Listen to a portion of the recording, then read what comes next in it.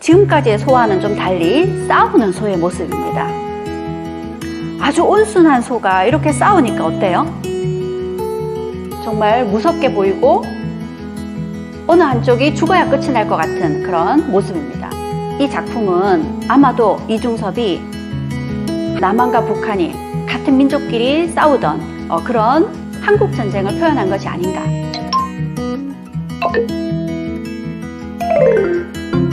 안녕하세요. 안녕하세요. 강 선생의 친절한 역사 이야기 48번째입니다. 이중섭의 소와 아이, 시대를 그리다. 오늘은 이중섭 강연입니다. 많이 본 그림이죠? 네. 소식 들으셨을 겁니다. 최근에 희소식이 들렸습니다. 삼성의 이건희 컬렉션 23,000여 점을 기증하기로 결정했습니다. 여기에는 정말 우리나라 최고의 화가들 뿐만 아니라 정말 세계에 내놓으라 하는 화가들의 작품들이 우리에게 이제 공개될 예정입니다. 그 중에 삼성가에서 소장하고 있던 이중섭의 작품이 무려 104점이었다고 합니다. 그 중에서도 특히 그동안 이 작품의 행방이 묘연했었습니다. 그런데 그 작품이 바로 여기 이건희 컬렉션에 있었던 거죠. 흰 소라는 작품입니다. 올해가 소의 해죠. 다들 알고 계실 겁니다. 그런데 올해가 흰 소의 해입니다. 올 시작부터 우리 많이 힘들었습니다. 그런데 이 흰 소가 수호와 희망을 상징한다고 합니다. 그래서 이 그림을 보는 것만으로도, 이 그림이 우리에게 공개될 그럴 생각을 하는 것만으로도 굉장히 큰 위안이 되는 것 같습니다. 그리고 이중섭의 작품 중에 12점은 실제 이중섭 미술관이 있는 제주도로 보내지게 되었습니다. 그래서 제주도로 보내질 이중섭 작품이 여기에 있는 섭섬이 보이는 풍경과 아이들과 끈, 이 시기 제주도에서 작품 활동을 했을 때 이중섭의 작품들이 제주도에 보내질 예정이라고 합니다. 그리고 이중섭 작품 외에도 박수근의 작품은 강원도에 있는 박수근 미술관으로, 그리고 대구 출신의 이인성이라는 화가 있습니다. 같은 시기에 활동했던 이인성의 작품도 대구로 보내지게 된다고 합니다. 대구의 이인성의 작품은 바로 다음 달 6월 말부터 전시가 대구 미술관에서 열린다고 합니다. 여러분들 이중섭 하면 뭐가 떠오르나요? 소요. 아, 소. 이중섭은 어떤 화가인가요? 이중섭 앞에 붙는 수식어가 비운의 화가, 천재 화가, 한국의 고흐, 이런 수식어가 따라 붙습니다. 그러면 기억나는 이중섭의 그림 어떤 게 있을까요? 아까 소 그림 그리셨죠? 그리고 이중섭의 작품에 주로 등장하는 것이 아이들의 모습입니다.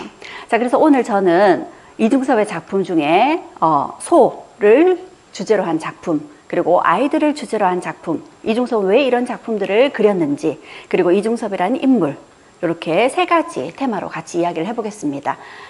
자, 이중섭의 소 그림입니다. 눈에 많이 익은 그림이죠. 그런데 실제로 이런 우리 눈에 익은 소 그림은 1950년대에 그린 작품입니다. 가장 이중섭의 작품 활동이 활발했던 시기, 그리고 이중섭의 예술적인 재능이 굉장히 무르익었을 시기의 작품이죠.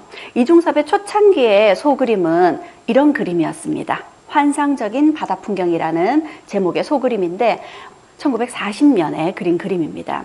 자, 그렇다면 이중섭은 왜 이렇게 소그림을 그렸을까요? 이유가 있겠죠.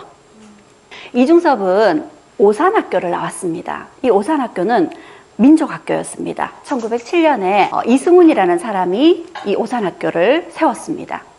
이승훈이 이 오산학교를 세웠고, 이 오산학교의 교장 선생님이 조만식 선생님이셨습니다. 평양에서 물산장려운동을 이끌었던 독립운동가이시죠. 함석헌이라는 역사학자이시죠. 이분이 이 학교 출신으로 이중섭의 역사 선생님이셨습니다.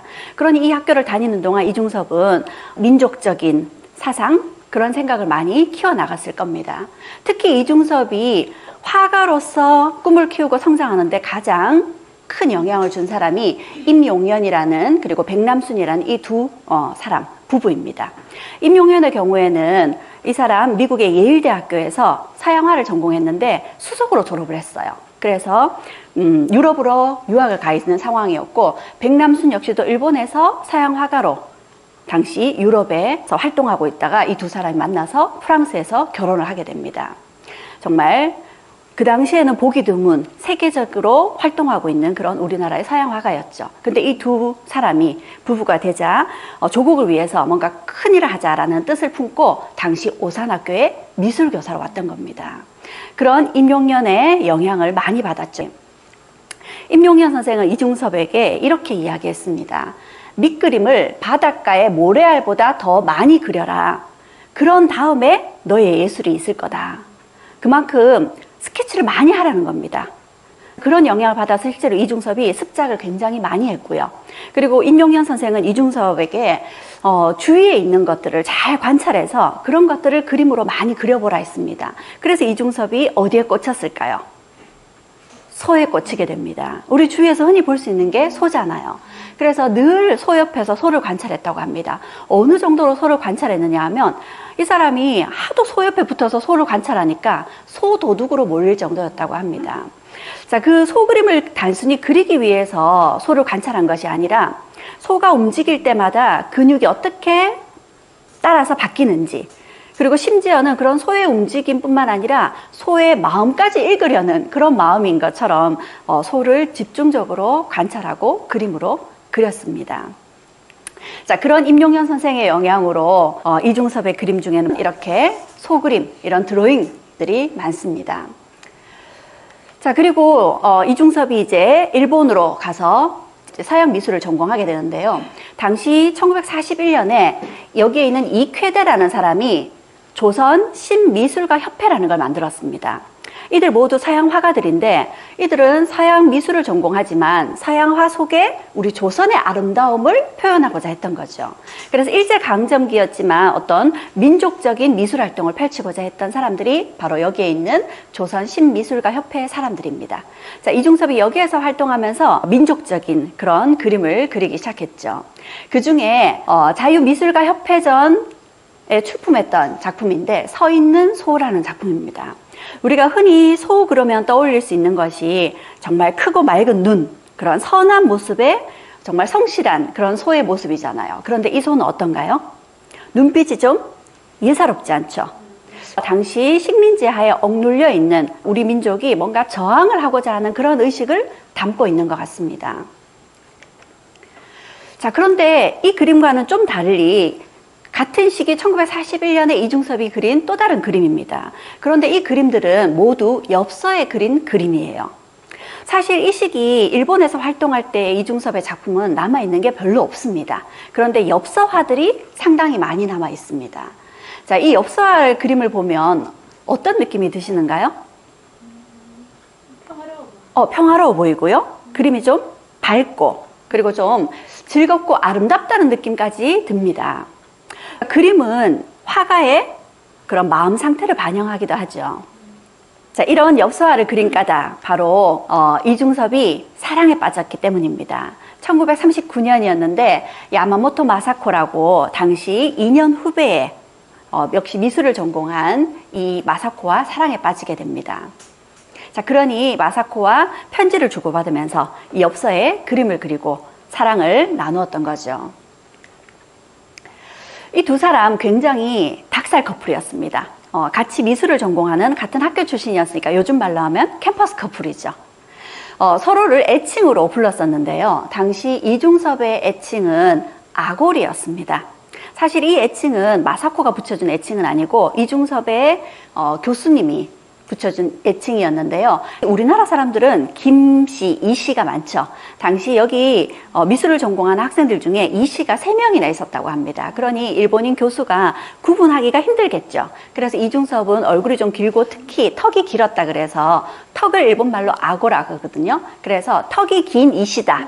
그래서 아골이라고 불렀다고 합니다. 자, 이 애칭을 이제 마사코가 이중섭을 부를 때 많이 썼다고 합니다. 그리고 이중섭과 마사코가 연애를 하던 중에 마사코가 발가락을 다쳐서 이중섭이 치료를 했던 적이 있었다고 해요. 그런데 사랑에 빠지면 못생긴 발가락도 예뻐 보이겠죠. 이 마사코의 발가락을 보고 아스카라거스를 닮았다고 해서 이 마사코에게 붙은 애칭이 아스파라거스 군, 발가락 군 이렇게 애칭을 불렀다고 합니다. 좀 닭살 커플이죠, 그렇죠? 자, 그런데 이 닭살은 시작에 불과할 겁니다. 자, 그렇게 두 사람은 사랑에 빠졌는데 이 시기 이중섭에게 인생의 첫 번째 시련이 다가오게 됩니다. 1943년 당시 유럽에서는 2차 세계대전이 한창이었습니다. 원래 이중섭과 마사코는 함께 유럽으로 미술을 전공하러 유학을 떠날 생각이었습니다. 그런데 그 유학길이 막혀버린 거죠. 인생에 큰 꿈을 세웠는데 그 꿈이 좌절되는 순간이었습니다. 게다가 일본에 머물고 있던 이중섭, 일본 역시도 2차 세계대전의 한창이었죠. 그러니 그대로 있다가는 강제로 군대에 징집당하게 생겼습니다. 그래서 결국 이중섭은 일본을 떠나 조선으로 돌아와야 했습니다. 그렇게 이제 두 사람은 이별을 하게 되죠. 그리고 이별하기에 앞서서 이중섭은 마사코에게 선물을 줍니다. 이중섭이 망월이라는 이 작품을 자유미술가협회전에 출품을 했는데 상을 받았습니다. 이 그림에도 역시 소가 등장을 하죠. 자, 이 부상이, 이 작품의 이 출품작의 부상이 파레트였습니다. 그래서 이 상으로 받은 파레트를 마사코에게 프로포즈 선물로 주고 이제 기약 없는 이별을 하게 되죠. 자, 그 마사코는 이중섭이 준 이 파레트를 70년이나 보관하고 있다가 2012년에 제주에 있는 이중섭 미술관에 기증을 했습니다. 그래서 제주에 가면 이 이중섭의 파레트를 만나볼 수 있을 겁니다. 자, 그렇게 두 사람은 이별을 했습니다. 이중섭의 마음이 어떨까요? 자신의 꿈도 좌절이 되었고요. 그리고 사랑하는 연인과도 헤어져야 했습니다. 그 당시 이중섭이 조선으로 돌아와서 원산에 머물 때 그린 그림입니다. 여기 세 사람의 모습이 그림으로 그려져 있는데 한 사람은 웅크리고 있고 엎드리고 있고, 그리고 이 사람들의 표정이 어떤가요? 뭔가 희망을 잃은 듯하고 답답하고 암울한 그런 느낌이 드는 그림입니다. 이 그림을 보면 이중섭의 마음이 그때 어떠했는지가 그대로 드러나 있죠. 이런 그림은 또 있습니다. 소년이란 이 그림에서도 인생의 첫 번째 큰 시련을 맞닥뜨리게 된 이중섭의 모습이 그대로 그림에 드러나 있는 것 같습니다. 자, 이렇게 좌절에 빠져있던 이중섭을 마사코가 찾아옵니다. 1945년이었습니다. 1945년이면 우리가 해방을 맞는 때입니다. 마사코는 당시 일본에서 조선으로 출항하는 마지막 배에 올랐습니다. 자신의 조국으로는 다시 돌아갈 수 없을지도 모르는 그 마지막 배를 타고 이중섭을 찾아온 거죠. 자, 그렇게 자신을 찾아온 연인과 결혼을 하게 됩니다. 1945년 5월에 이들이 결혼을 했고요. 이제 막 신혼생활이 시작되었죠. 아주 알콩달콩한 신혼생활을 하면서 이중섭은 닭을 많이 키웠다고 합니다. 닭을 키웠으니 닭을 열심히 관찰했겠죠. 그때부터 이중섭의 작품에는 닭이 등장을 합니다. 그리고 이중섭은 이렇게 자신을 찾아온 여인 마사코에게 한국 이름을 지어줬습니다. 따뜻한 남쪽에서 온 덕이 많은 여자다 해서 이남덕이라고 이름을 붙여줬죠. 자, 이중섭의 작품에는 이때부터 이제 닭이 등장하게 됩니다. 이중섭의 작품 중에 1953년에 그린 부부라는 작품입니다.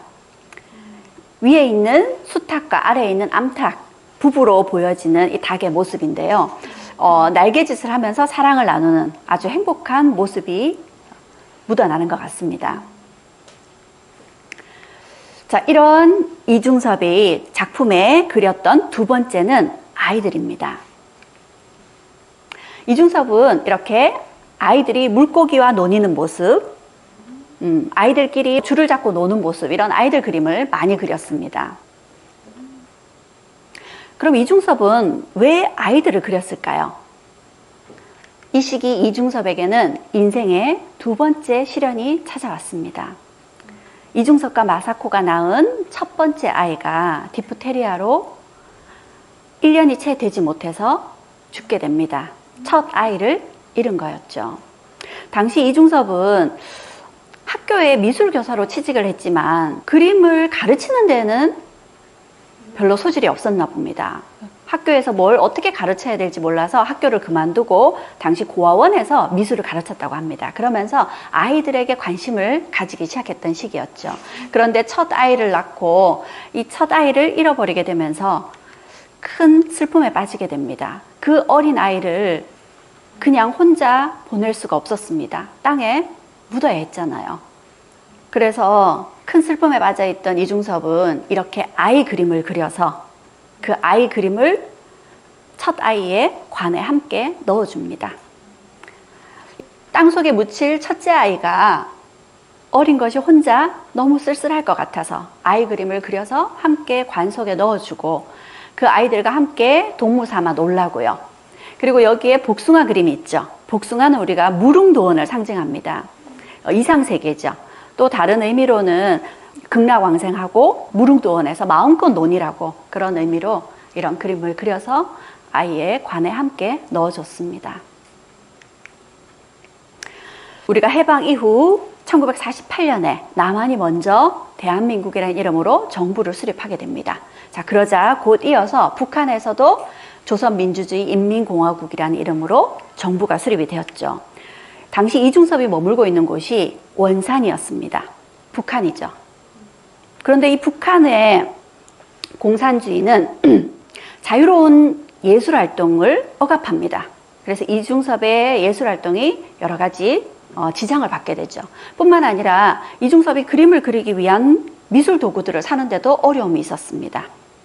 이중섭이 그림 활동을 하고 유학을 가고 이렇게 자신의 꿈을 펼칠 수 있었던 것은 집이 유복했기 때문이었습니다.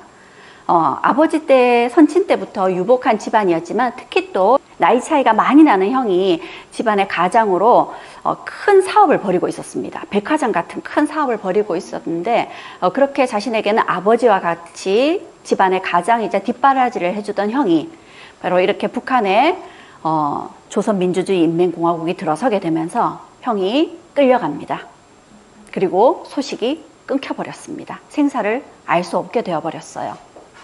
게다가 집안의 재산을 거의 몰수당했습니다. 자, 그런 어려움을 겪고 있던 중에 이번에는 또 한국전쟁이 터집니다. 이 전쟁 중에 이중섭의 가족은 토굴 같은 데 숨어서 지내다가 그러던 중에 남쪽에서 인천 상륙작전이 성공을 거두게 되면서 남쪽의 군인들이 북쪽으로 올라오게 되죠.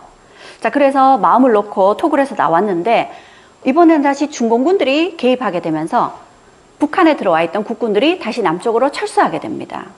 그때 이중섭의 어머니께서 이중섭에게 이중섭의 형을 잃었잖아요. 남은 아들이라고는 이중섭밖에 없습니다.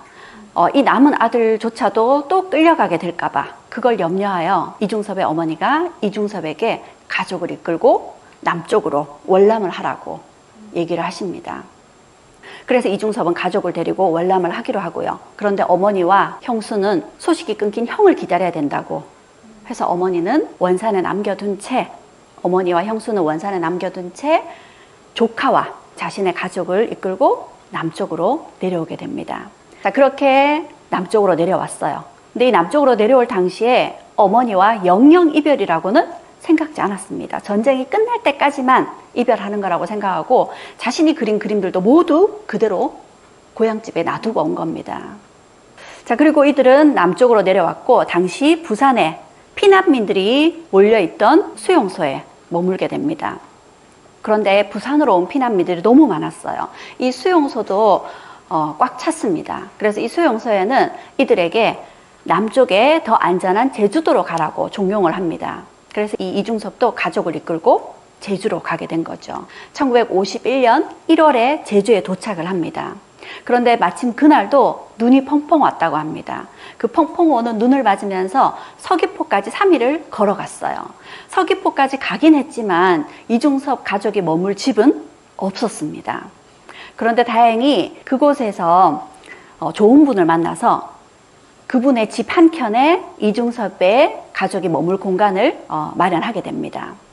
이중섭이 머물던 집이 그대로 보존이 되어 있습니다. 여기에 들어가면 이중섭 가족이 살던 한 평 남짓한 채 2평이 되지 않습니다. 한 평 남짓한 이 방에서 4가족이 머물렀습니다.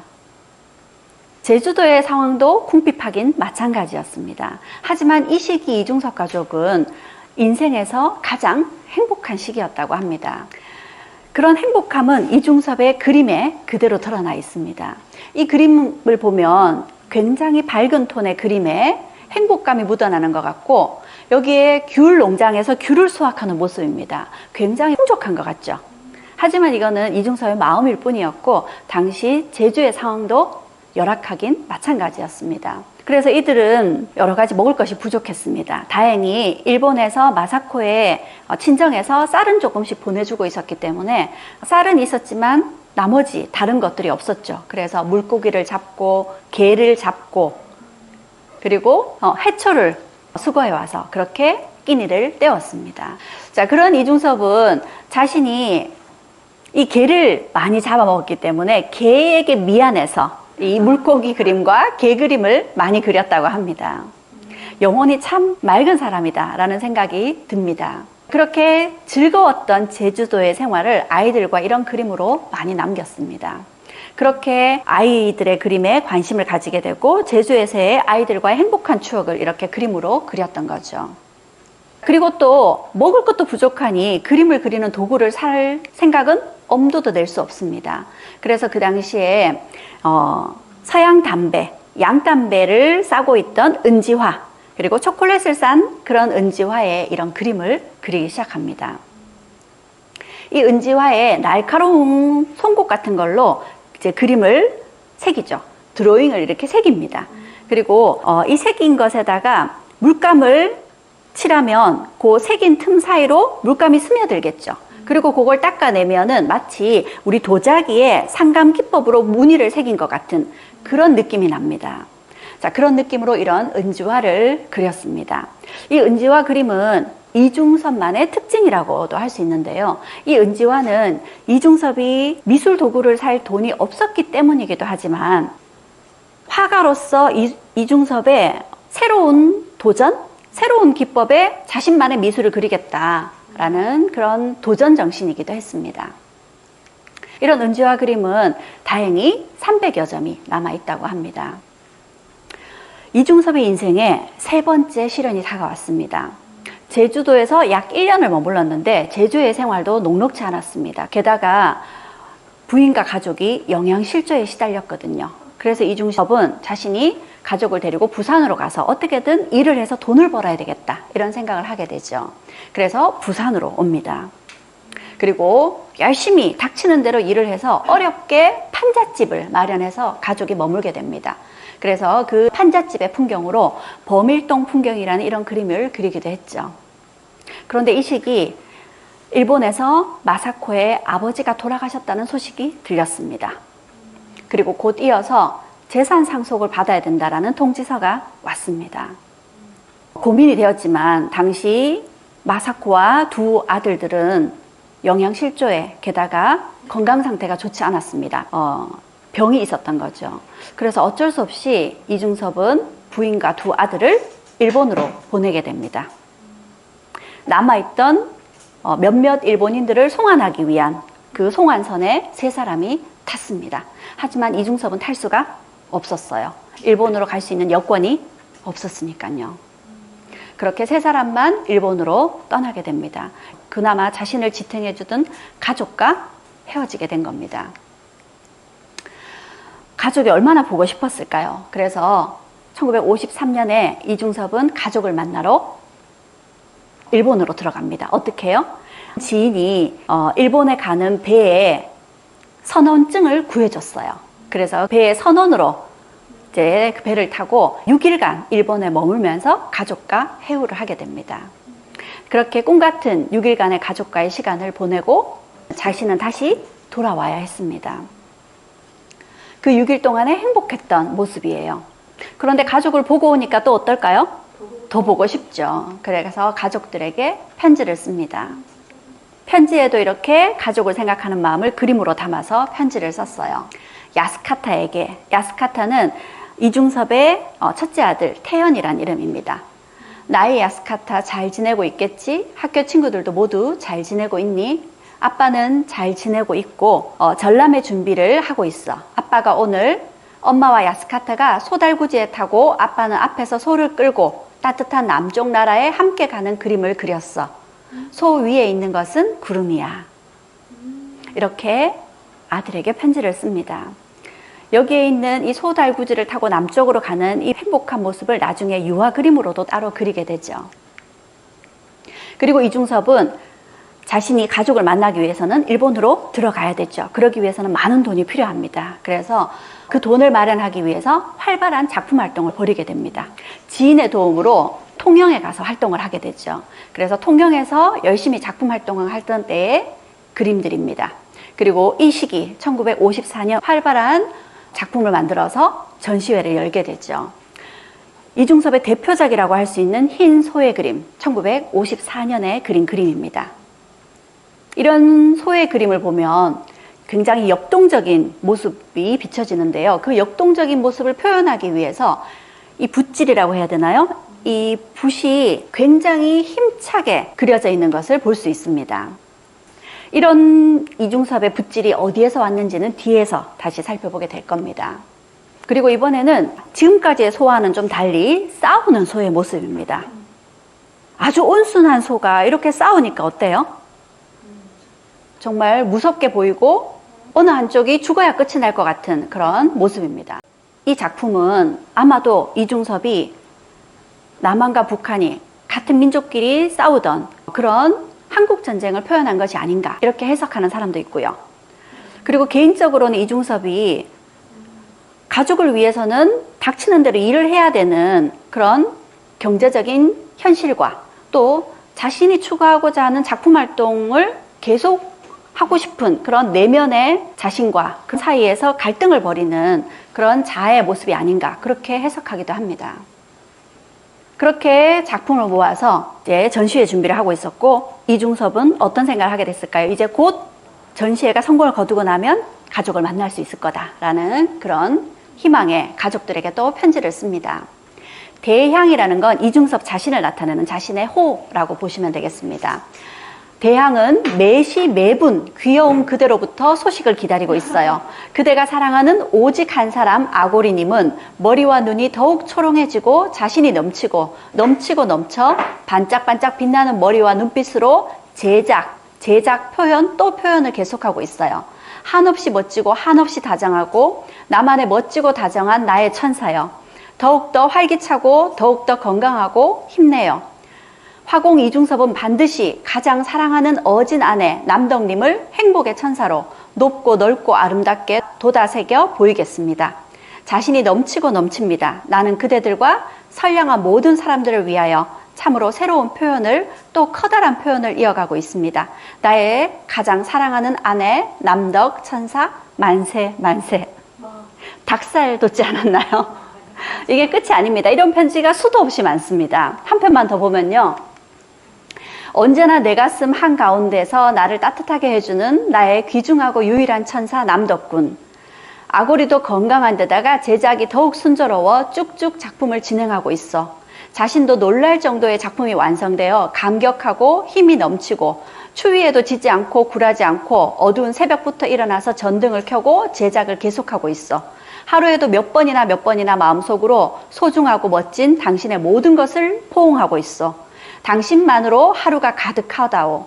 빨리 만나고 싶어 견딜 수 없을 정도요.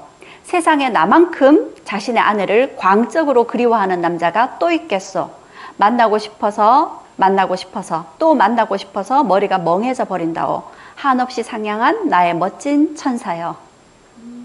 1954년에 쓴 편지입니다. 이 시기에는 가장 로맨틱한 남자가 아니었나 싶네요. 드디어 자신이 기다리던 전시회를 열었습니다. 명동의 미도파 화랑에서 개인전을 열었습니다. 그리고 이 개인전은 성공적이었습니다. 많은 호평을 받았고 이중섭의 작품을 사겠다고 많은 예약이 이루어졌습니다. 그렇게 서울과 대구 두 차례 개인전을 벌였습니다.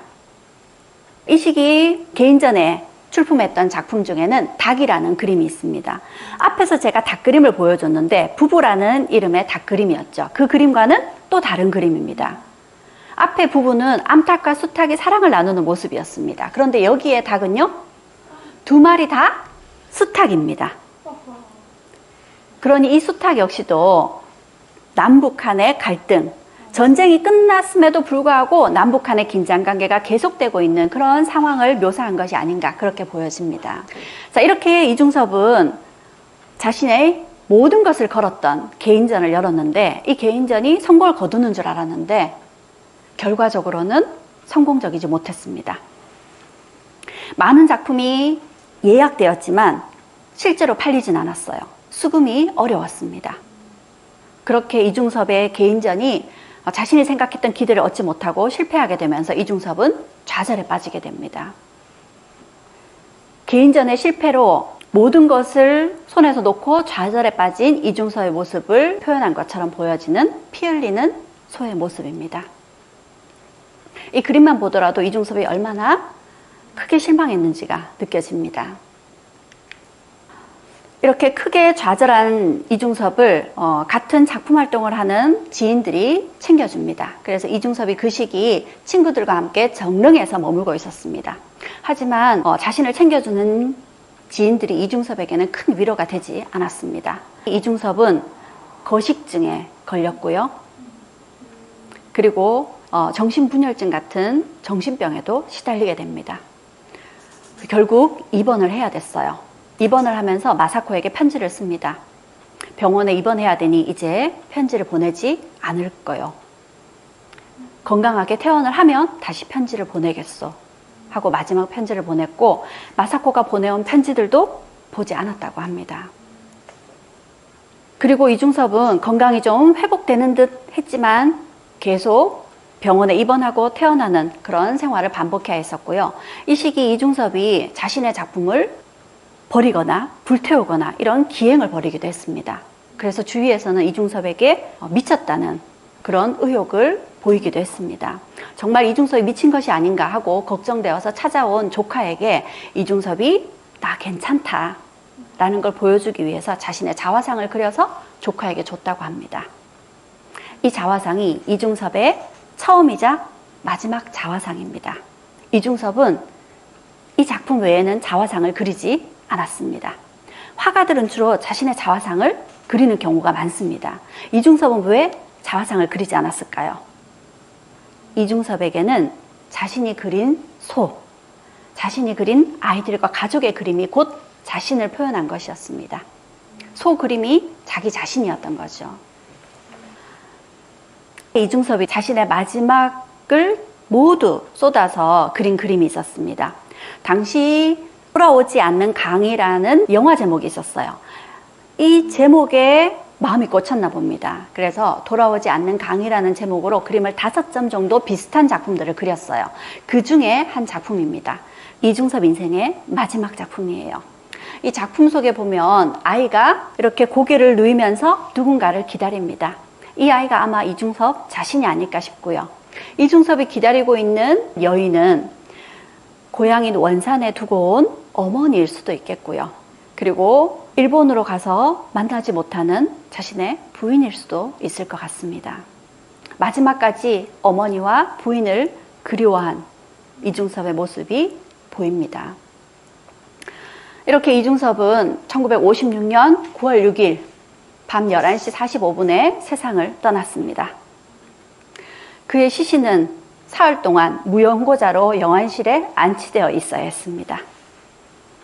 그를 병문안았던 지인이 뒤늦게 영안실에 안치되어 있는 그의 시신을 찾아서 이중섭이라는 신원을 확인해 줬죠. 그리고 그 지인들이 이중섭의 장례를 치러줬고, 화장을 해서 그 유해의 일부는 뿌려주고 또 일부는 망우리 공원에 무덤을 써주고, 또 친구였던 구상 시인이 이중섭의 유해의 일부를 그 다음 해에 일본으로 가서 마사코에게 전달해 줬다고 합니다.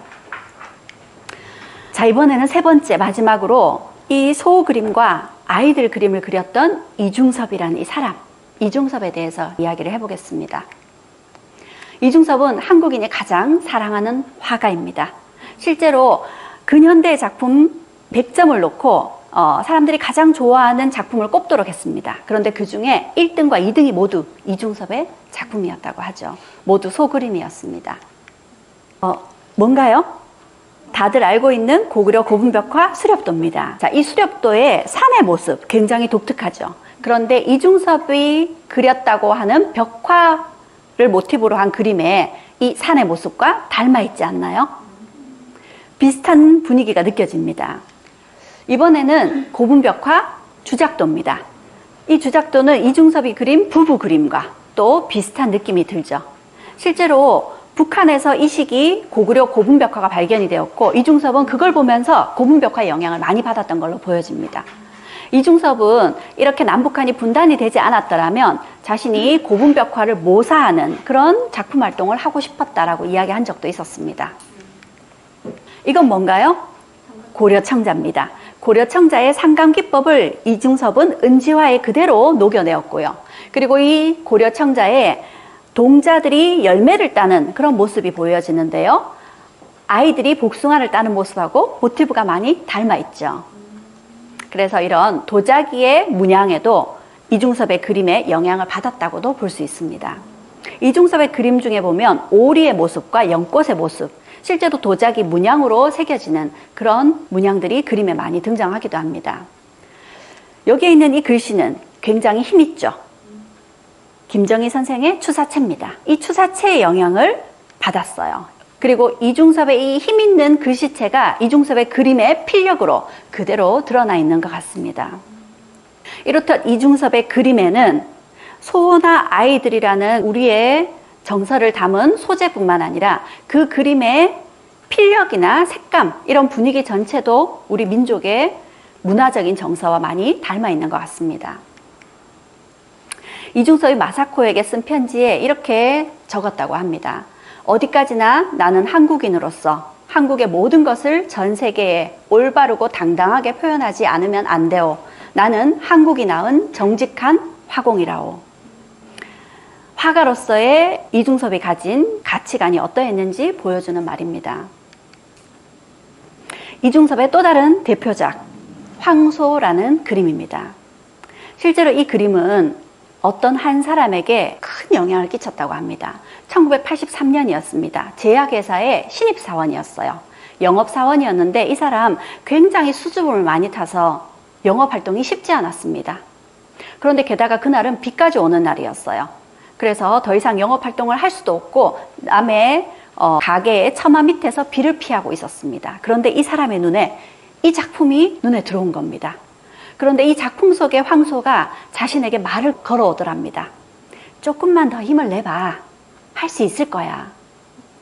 그래서 정말 자석에 이끌리듯이 가서 이 그림을 샀다고 합니다. 그 당시에 7,000원을 주고요. 그리고 그 그림을 보면서 이 영업사원이 정말 많은 힘을 얻었다고 합니다.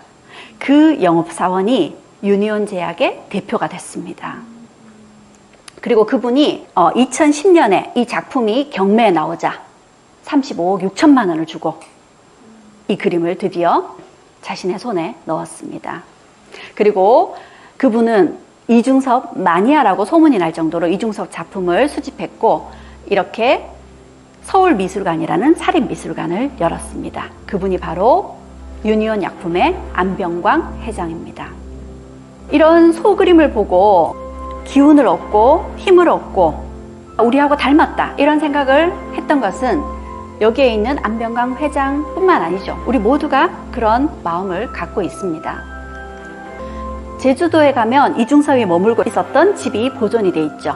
그 한평 남짓한 방의 벽에 이렇게 소의 말이라고 하는 이중섭의 자작시가 쓰여져 있습니다. 실제로 이중섭이 쓴 시를 그의 조카가 외우고 있다가 이렇게 공개를 한 겁니다. 높고 뚜렷하고 참된 숨결 나려 나려 이제 여기에 곱게 나려 두북두북 쌓이고 철철 넘치소서 삶은 외롭고 서글프고 그리운 것 아름답도다 여기에 맑게 두 눈 열고 가슴 환히 해치다. 소의 말이라는 제목의 시입니다. 소를 표현한 시지만 이 시는 자신의 삶을 표현한 거기도 하죠. 이중섭의 삶은 근현대사의 굴곡진 우리 역사를 그대로 다 담고 있는 삶이었습니다. 이중섭의 작품 속의 소는 정말 힘든 시절에 꿋꿋하게 그 역경들을 다 이겨낸 우리 모습이었고 이중섭의 작품 속의 아이들은 언제나 가족을 먼저 생각하는 지금의 우리의 모습이기도 합니다. 긴 시간 경청해 주셔서 감사합니다.